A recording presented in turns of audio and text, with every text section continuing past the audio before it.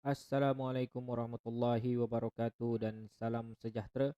Okey, hari ini saya akan tunjukkan cara bagaimana untuk kita pakai dekat bahagian purchase. Okey, ataupun senang dikenali sebagai purchasing, okey, di antara anda dan juga pembekal.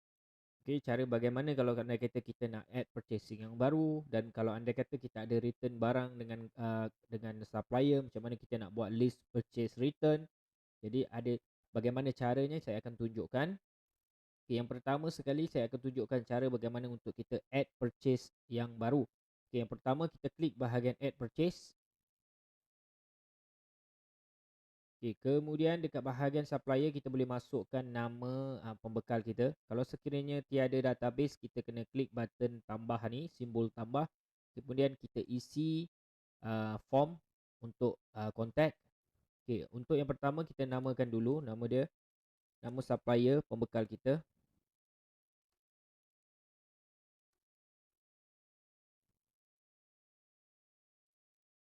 Okay, kemudian masukkan mobile number, pastikan bermula daripada nombor 6.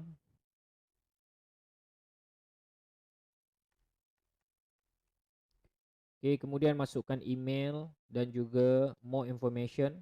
Kita boleh masukkan tax number sekiranya pembekal ada kenakan tax kepada kita, dan opening balance sekiranya kita ada consignment dengan pembekal. Sebagai contoh kita ada letak duit kita dulu untuk kita ambil barang dekat dia. Contoh kita bayar dekat dia 5,000, kemudian barulah kita ambil barang. Itu boleh masuk dekat bahagian opening balance. Kemudian kita boleh tentukan juga pay term, sama ada bulanan ataupun harian.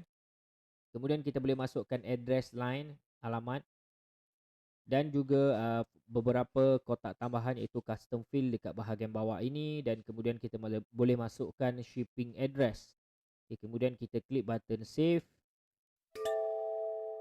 Okay, kemudian kita masukkan reference number iaitu invoice number yang dikeluarkan oleh supplier kita. Okay, kemudian kita boleh tentukan purchase date dan juga purchase status. Okey, dekat bahagian purchase status ni pastikan kalau anda kata barang tu baru order, kita klik bahagian order. Kalau anda kata barang tu dah diterima, baru kita klik receive, update status receive. Sebab status ni dia akan main dengan dekat bahagian stock. Jadi kalau anda kata kita buat order tetapi barang tak sampai, dekat sistem untuk stok tersebut, produk tersebut, stok akan bertambah. Jadi pastikan kita betul-betul lihat dekat bahagian purchase status. Okay, yang pertama kita buat order, tentukan business location, cawangan mana, kemudian pilih jenis pembayaran. Okay, kemudian boleh masukkan attach dokumen. Kalau contoh kita nak masukkan invoice number, invoice slip daripada kita punya supplier. Kemudian kita boleh masukkan barang yang kita purchase dengan kita punya supplier. Okay, kemudian kita tentukan berapa kuantiti. Okay, unit. Dia akan tunjukkan berapa purchase quantity dan berapa unit before cost. Maksudnya unit cost before discount. Maknanya satu unit tu berapa harga, dan dia akan tunjukkan berapa total untuk keseluruhan lah. Jadi kalau anda kata anda ada main unit dan juga sub unit, anda boleh terus pilih dekat sini sama ada anda purchase dengan supplier secara pack ataupun bundle. Anda boleh terus pilih dekat bahagian unit. Kalau anda kata anda ada main dekat bahagian unit dan juga sub unit.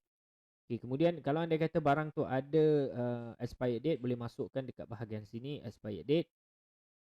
Okay, kemudian terus dekat bahagian bawah anda juga boleh tentukan discount. Sekiranya supplier ataupun pembekal dia ada bagi diskaun kepada anda, anda boleh masukkan diskaun tu secara fix ataupun percentage. Kemudian kalau sekiranya ada tax, boleh masukkan jenis tax dan juga shipping detail, dan sekiranya ada additional shipping charge, boleh masukkan dekat ruangan sini. Okay. Kemudian anda boleh klik button save.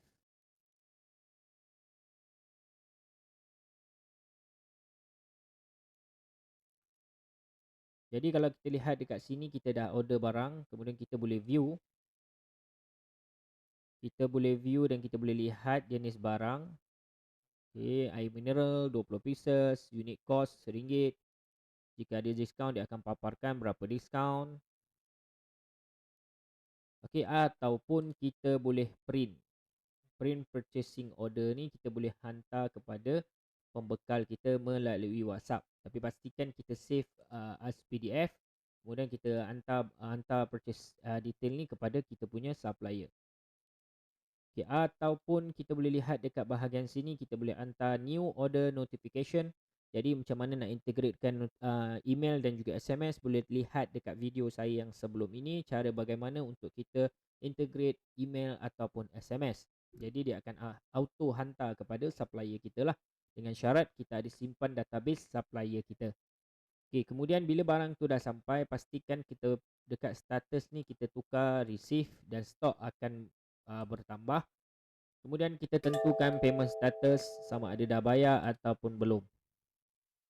Contoh, kita pilih dekat sini, kita buat pembayaran secara bank transfer dan menggunakan akaun yang mana. Jadi pastikan dekat bahagian sini anda lihat betul-betul supaya cash flow tu tak lari. Kalau anda kata anda buat dekat sini cash, tiba-tiba dekat sini anda buat bank pula. Jadi cash flow tu dia akan lari. Jadi pastikan lihat betul-betul.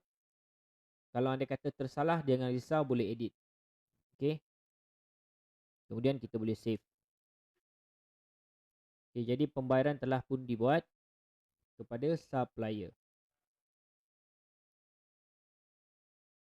Okey, selesai dekat bahagian add purchasing yang baru. Kalau anda kata kita nak return balik barang kepada pelanggan, kepada supplier, kepada supplier, kita boleh klik action, kemudian kita boleh buat purchase return.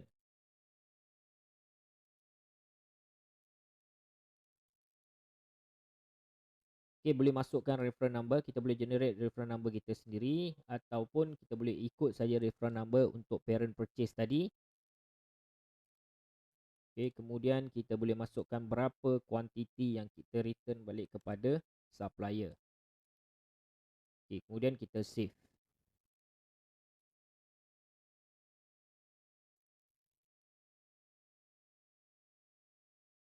Okay, jadi dekat sini, kalau kita lihat dekat sini due. Okay, due ni jangan salah anggap. Okay, due ni bermaksudnya supplier yang due dengan kita, bukan kita due yang dengan supplier, sebab barang tu di return balik kepada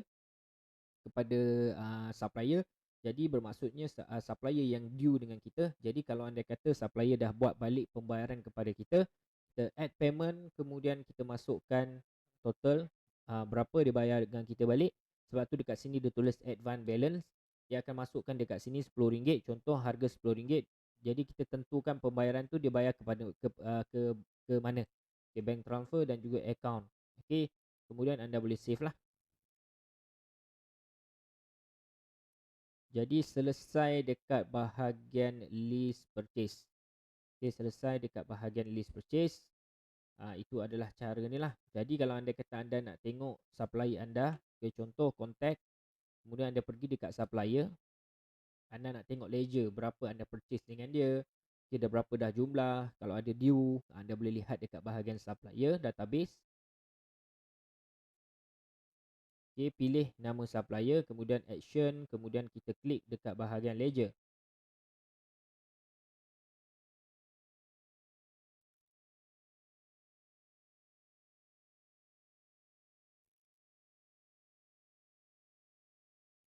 Okay, jadi dekat bahagian ledger ni kita boleh lihat dekat purchase. Okay, ada barang yang kita return. Okay, yang ni tanda dia return lah ni. Okay, ni kita return balik. Okay, kita dah return balik. Kemudian ledger, kita boleh lihat dekat sini total purchase kita berapa, total paid kita berapa. Kalau ada due, dia akan tunjukkan berapa due. Okay, dia akan generatekan satu mini statement khas untuk penama supplier ni. Kita boleh lihat dekat sini. Okay, kalau anda kata purchase return, anda boleh lihat semua dekat bahagian ledger. Dan sekiranya ada apa-apa dokumen, kita boleh masukkan dekat bahagian sini, dokumen dan note. Dan kita boleh lihat dekat bahagian sinilah, kita boleh add. Kemudian kita boleh tambah.